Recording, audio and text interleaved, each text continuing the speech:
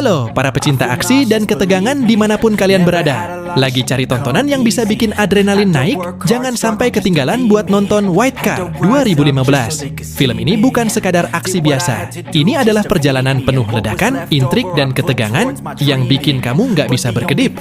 Dan siapa lagi kalau bukan Jason Statham, sang raja laga yang selalu tampil garang, hadir sebagai tokoh utama. Kali ini, dia tidak hanya harus melawan musuh-musuh tangguh, tetapi juga menghadapi takdir yang menguji ketahanannya.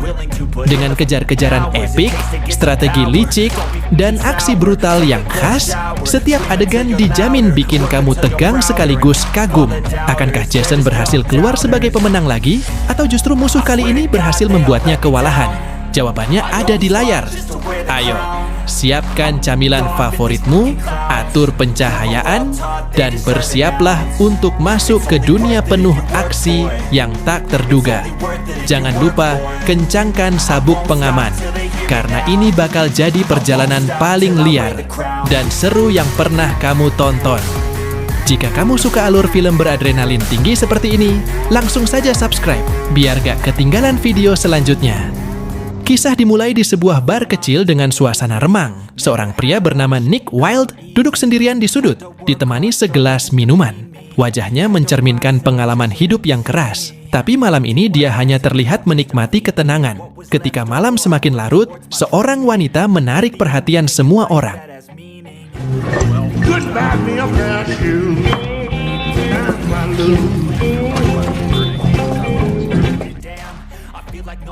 Tak lama kemudian, muncul seorang pria sederhana bernama Bolot. Dengan gaya yang kolot dan sikap canggung, Bolot mendekati wanita itu, kekasihnya. Bolot membujuknya agar mau ikut pindah ke luar negeri bersamanya. Namun, wanita itu ragu. Penampilan Bolot yang sederhana membuatnya merasa tidak yakin bahwa dia mampu melindungi atau menemaninya dalam perjalanan besar itu. Sementara percakapan mereka berlangsung, Nick yang sudah mulai mabuk, tiba-tiba berdiri dan mendekati meja mereka. Tanpa banyak bicara, Nick menarik tangan si wanita, mengajaknya berjoget. Aksi ini tentu saja membuat Bolot marah. Nick mencabut rambut palsu Bolot, memancing tawa dan kehebohan di bar. Bolot ditarik oleh kekasihnya keluar dari bar sebelum situasi menjadi lebih buruk. I try to behave like a gentleman, Doris. I really do, but there's an animal side. Ternyata, Nick belum selesai. Dalam kondisi mabuk berat, dia mengejar Bolot keluar bar dengan maksud mengembalikan rambut palsunya. Namun, ucapannya yang sarkastis dan penuh hinaan memancing emosi Bolot. Kali ini, Bolot memutuskan untuk menghadapi Nick. Ia menyuruh kekasihnya masuk ke mobil, lalu menghampiri Nick untuk memberinya pelajaran. You're my own little hero. Keesokan harinya, cerita berlanjut. Di tempat lain, seorang gadis muda yang babak belur ditemukan di depan rumah sakit. Dengan napas tersengal-sengal, dia hanya menyebut satu nama saat ditanya siapa pelakunya. Nick. Sementara itu, Nick kembali ke kehidupan sehari-harinya yang sederhana. Dia tinggal sendirian dan bekerja sebagai konsultan keamanan sekaligus bodyguard. Pagi itu, seorang pemuda kaya bernama Cyrus datang menemuinya. Dengan pakaian rapi dan gaya bicara yang terkesan ragu, Cyrus meminta Nick untuk menjadi pengawal pribadinya. May I be frank? Grab a seat. Dia ingin bermain judi di sebuah kasino terkenal di Las Vegas, tetapi merasa takut jika harus masuk sendirian. I'm a considerable gambler. That is me. Meski awalnya malas menerima pekerjaan itu, terutama karena Cyrus terlihat seperti anak muda manja, Nick akhirnya setuju karena bayarannya yang menggiurkan. It surprises me much anymore, except the things that people do to each other. Caesar's, Mr. Wilde. Namun sebelum pekerjaannya dimulai malam itu, Nick memutuskan untuk makan di restoran favoritnya. Di sana, dia bertemu dengan Bolot, pria yang menghajarnya malam sebelumnya. Ternyata, Bolot adalah sahabat lamanya. Insiden di bar semalam hanyalah skenario yang mereka rancang bersama untuk membantu Bolot membuat kekasihnya kagum dan semakin mencintainya. She loves me, man. All right, fresh from the bank. $1,000. Hey, I'm gonna write you from Atlantic City. Nick Wilde, pria berusia 40 tahun, adalah seseorang yang hidupnya penuh kontradiksi. Di satu sisi, dia dikenal sebagai orang yang bisa melakukan hampir semua pekerjaan. Di sisi lain, hidupnya jauh dari stabil. Tanpa rumah tetap, tanpa pasangan, dan selalu bergantung pada pekerjaan apapun yang bisa mendatangkan uang. Baginya, uang adalah segalanya. Seringkali, Nick melamun tentang hidup tenang di Laut Mediterania, impian sederhana yang terasa mustahil karena keterbatasan keuangannya. Suatu malam, di restoran favoritnya, lamunan Nick buyar ketika kasir memberitahunya bahwa seorang teman perempuan bernama Holly sedang mencarinya. Holly meminta Nick untuk segera datang ke rumahnya. Saat Nick tiba, dia terkejut menemukan Holly dalam kondisi babak belur. You were the one. They did. Holly, seorang gadis muda, adalah korban kekerasan yang baru saja dibuang ke depan UGD rumah sakit oleh pelakunya. Awalnya, Nick sempat menduga dia dituduh sebagai pelakunya karena Holly terus menyebut namanya saat dirawat. Namun, alasan sebenarnya adalah karena Holly percaya hanya Nick yang bisa membantunya mendapatkan keadilan. Isn't $100 what you charge for the first? Dengan suara gemetar, Holly menceritakan kejadian malam itu. Setelah menghadiri pesta ulang tahun temannya di sebuah hotel, Holly yang sudah mabuk berat masuk lift bersama 3 pria, seorang bos kaya dan 2 pengawalnya yang bertubuh besar. Mereka memaksa Holly ikut ke kamar hotel dengan janji pesta yang meriah. Namun, ketika tiba di kamar, kenyataan berubah menjadi mimpi buruk. And he says, "You're it." Bos itu, kita sebut saja Sambo, ditemani dengan pengawalnya, melakukan kekerasan fisik dan seksual terhadap Holly. Bahkan, di tengah aksi brutal itu, Sambo tersebut menodongkan pistol ke arahnya, memaksa Holly mengatakan, "Aku cinta padamu, Samboku." Setelah puas menyiksa Holly, mereka membuangnya di depan rumah sakit tanpa rasa kemanusiaan. And the big guys worked me over real good on the service stairs. Nick mendengarkan cerita Holly dengan penuh perhatian. Meski merasa simpati, dia ragu untuk terlibat. Nick sangat memahami risiko berurusan dengan mafia di Las Vegas, terutama jika pelaku adalah anak dari bos mafia besar yang menguasai kota. Satu langkah, salah saja bisa menghancurkan hidupnya. Namun, hati nuraninya akhirnya menang. Nick memutuskan untuk membantu Holly. I'm leaving now.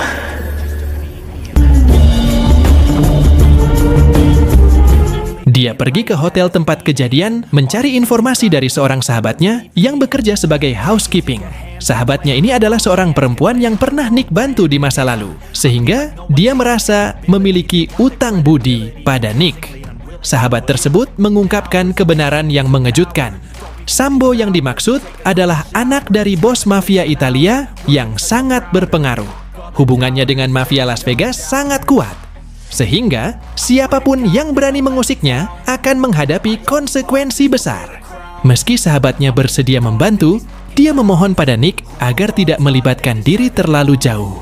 "Nick, aku berutang budi padamu, tapi untuk urusan ini, aku mohon jangan coba-coba. Jika kamu melawan mereka, kamu akan menghadapi seluruh mafia di kota ini." Do not fuck with these guys. Malam tiba. Nick menjalankan tugasnya sebagai pengawal pribadi untuk Cyrus, seorang pemuda kaya yang ingin berjudi di kasino Las Vegas. Pekerjaan ini terasa sangat membosankan bagi Nick karena Cyrus sebenarnya tidak memerlukan pengawal. Kasino itu sendiri adalah tempat yang dijaga ketat oleh keamanan profesional, membuat pekerjaan Nick terkesan sia-sia. My face is ecstasy. And you're safe in the casino, Kinnick. Nobody will mug you in the casino. Setelah tugas selesai, Nick segera pergi ke rumah Holly. Ia membawa informasi yang telah dikumpulkan, nama dan nomor kamar si Sambo. Namun, alih-alih mengajukan tuntutan hukum seperti yang semula dikatakan, Holly mengungkapkan niat sebenarnya. Ia ingin membalas dendam atas perlakuan keji yang diterimanya. Nick, meski awalnya enggan, akhirnya setuju untuk membantu. Ia mendatangi kamar si Sambo dengan tenang dan sopan, berpura-pura menjadi teman dari bos mafia penguasa Las Vegas. Nick menyampaikan maksud kedatangannya, meminta pertanggungjawaban atas apa yang telah dilakukan Sambo itu terhadap Holly. Namun, respon si Sambo sungguh mencengangkan. Dengan penuh arogansi, ia menuduh Holly sebagai pelacur tak sopan yang pantas mendapat hukuman. Bahkan, ia menghina Nick dengan menyebutnya sebagai germo miskin yang mencoba memerasnya. us? No, that's not us. Nah, not us, boss. At least you look like a two-bit pimp to me, am I right? Untuk menegaskan kekayaannya, si Sambo mengambil segepok uang senilai $50.000 atau sekitar 700 juta rupiah. Namun alih-alih menyerahkannya, ia malah mengambil sepucuk pistol dan mengarahkannya ke Nick. Sambil mengacungkan pistol, Sambo itu semakin congkak. Ia memaksa Nick memberikan pujian kepadanya jika ingin meninggalkan tempat itu dalam keadaan hidup. Tetapi Nick bukannya takut, malah membayangkan dirinya sedang berlayar di Laut Mediterania yang tenang. Impian yang terasa jauh dari Tell me genggamannya. about my good qualities, and if I believe you, wow, you're free as air. Why don't you show him how sweet I really am? Ketika si Sambo selesai menghina dan memerintahkan Nick pergi, Nick memutuskan bahwa kesabaran tidak lagi berguna. Dan inilah yang terjadi.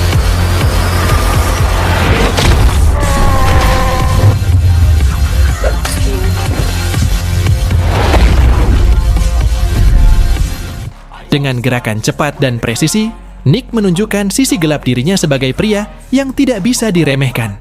Dalam hitungan menit, si Sambo dan kedua pengawalnya sudah tak berdaya, diikat rapi di kursi. Momen pembalasan puncak pun tiba. That's him.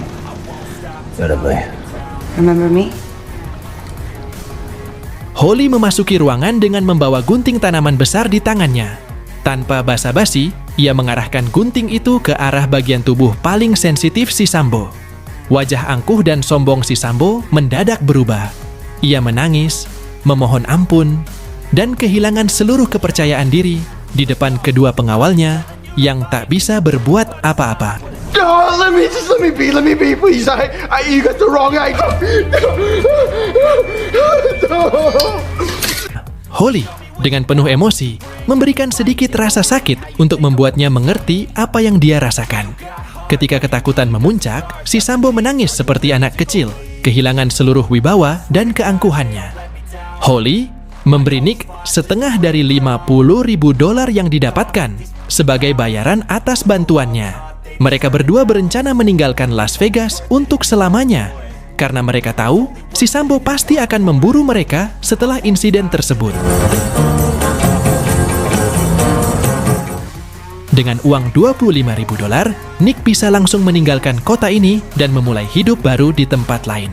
Namun, Nick merasa jumlah itu belum cukup. Ia pergi ke kasino tempat biasanya bekerja untuk menggandakan uang tersebut. Dengan modal awal $1.000, Nick mulai bermain blackjack. Leave this. That's small. Sayangnya, dalam waktu kurang dari 30 menit, ia kalah habis. Tersadar akan kekalahan tersebut, Nick merasa kesal.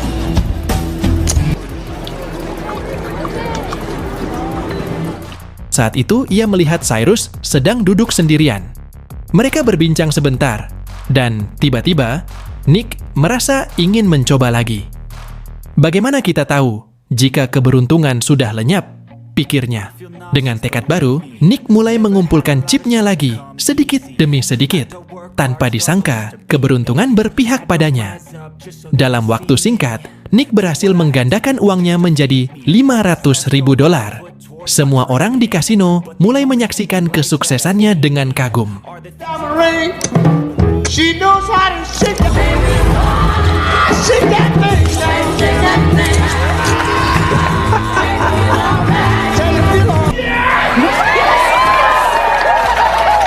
Nick merasa dirinya mulai menguasai permainan ini dan uang yang ia dapatkan sudah lebih dari cukup untuk memulai hidup baru. Namun, saat akan menukarkan chipnya, hasrat serakah muncul kembali. Ia memutuskan untuk mengambil risiko besar, menjadikan $500.000 tersebut menjadi $1 juta dengan harapan menggandakan kekayaannya lagi. Cyrus terkejut melihat Nick yang siap mempertaruhkan segalanya. Padahal, hanya tinggal selangkah lagi menuju kemenangan besar. Keputusan ini membawa ketegangan yang luar biasa. It's nothing. Don't want any limit. I have to clear that.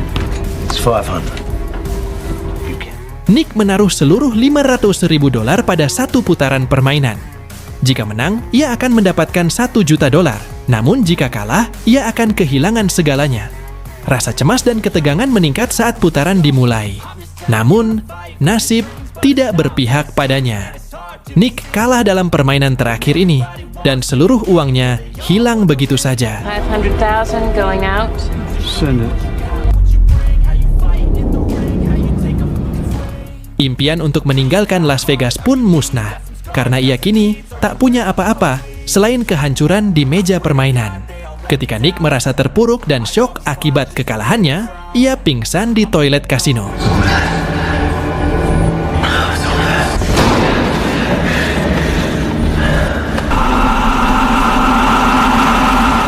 Cyrus yang melihatnya membawa Nick ke ruang pribadi untuk pemulihan.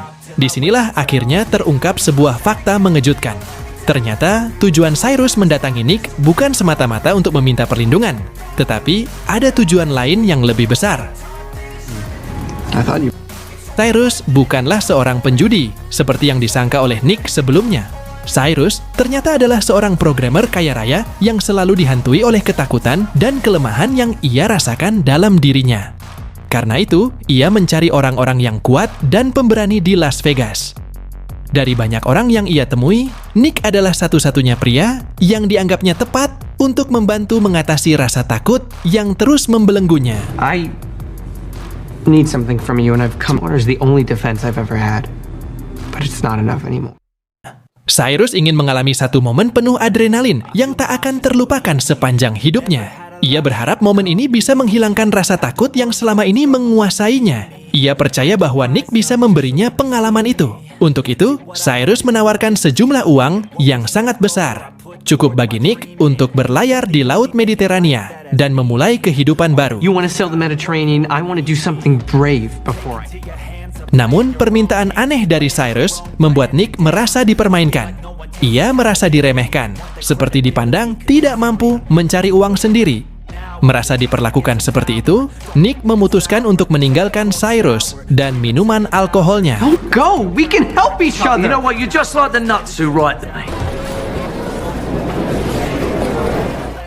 Tak lama setelah itu, 2 orang Italia muncul, menyuruh Nick untuk menghadap si Sambo. Nick sama sekali tidak mengindahkan mereka, dan malah merasa tertekan oleh kenangan kekalahannya beberapa jam sebelumnya. Tiba-tiba, dalam keadaan emosional yang kacau, Nick menghajar kedua pria Italia tersebut, termasuk 2 orang lainnya yang datang menyusul. Bukan karena marah pada si Sambo atau berniat membela diri, melainkan sebagai pelampiasan atas kekalahannya yang baru saja ia alami. Keempat orang tersebut benar-benar sial karena muncul pada waktu yang salah. Akibat keributan itu, Nick dibawa oleh anggota mafia Las Vegas untuk menghadap Baby, bos mafia yang menguasai dunia kriminal di kota tersebut.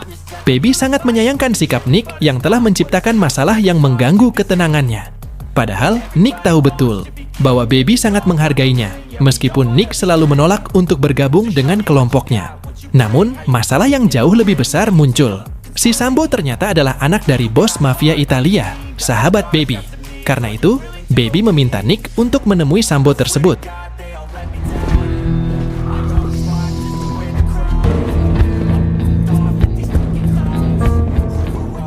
Sebagai penengah, Baby memberi kesempatan kepada Sambo untuk menceritakan kronologinya. Sambo yang sombong menceritakan versi yang sangat jauh dari kebenaran. Ia mengklaim bahwa Nick datang ke kamar hotelnya tanpa alasan yang jelas, menghajar 2 pengawalnya, mengikat mereka, dan bertindak seperti orang kesurupan yang tak bisa dihentikan siapapun. Lebih mengejutkan lagi, 2 pengawal tersebut ditemukan tewas dengan luka tembak di kepala, dan Sambo menuduh Nick sebagai pelaku penembakan.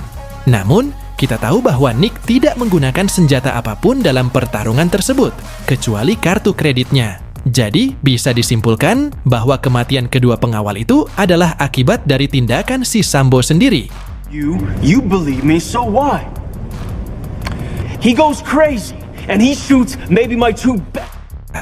Nick, dengan kecerdikannya, langsung melawan kebohongan si Sambo.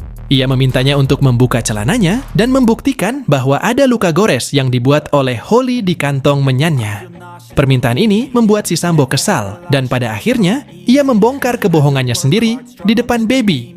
Setelah itu, Sambo pergi dengan raut wajah penuh kekesalan, menyadari bahwa ia kalah dalam debat. He would ever dream that Nick Wilde needed a gun to commit a robbery. I'm gonna see you real soon. I'm gonna see you. Sebelum pergi, Baby memberikan peringatan kepada Nick untuk menjaga diri karena si Sambo pasti akan membalas dendam. Meskipun mereka berdua teman, Baby tidak bisa membantunya karena masalah ini terjadi akibat tindakan sembrono Nick sendiri. Thank you, Nicholas. Good luck. Cheers, baby. All right.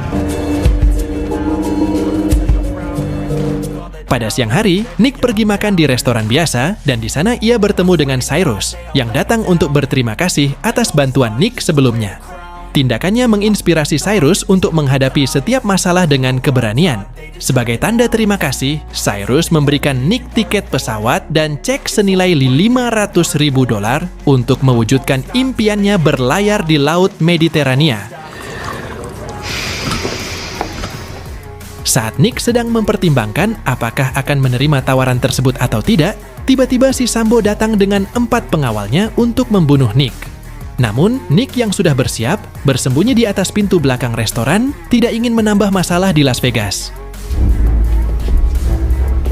Sweet mystery of life at fight. Ketika Sambo menyuruh anak buahnya untuk membunuh Cyrus dan membunuhnya, Nick tidak lagi bisa menahan dirinya. Dengan brutal, Nick membunuh si Sambo dan keempat anak buahnya.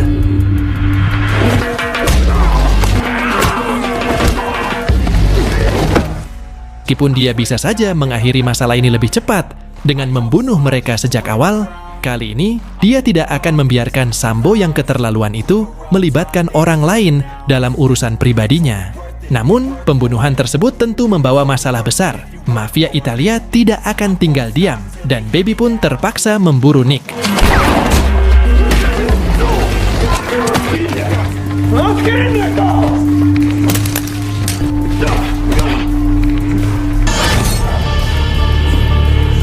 Wait, you got these.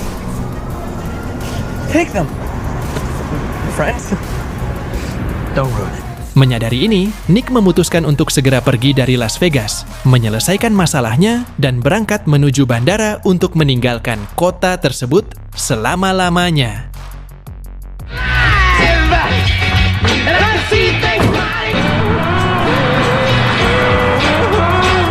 Film ini mungkin memiliki alur yang sederhana dan mudah ditebak, tetapi kekuatan utamanya terletak pada intensitas yang memacu adrenalin.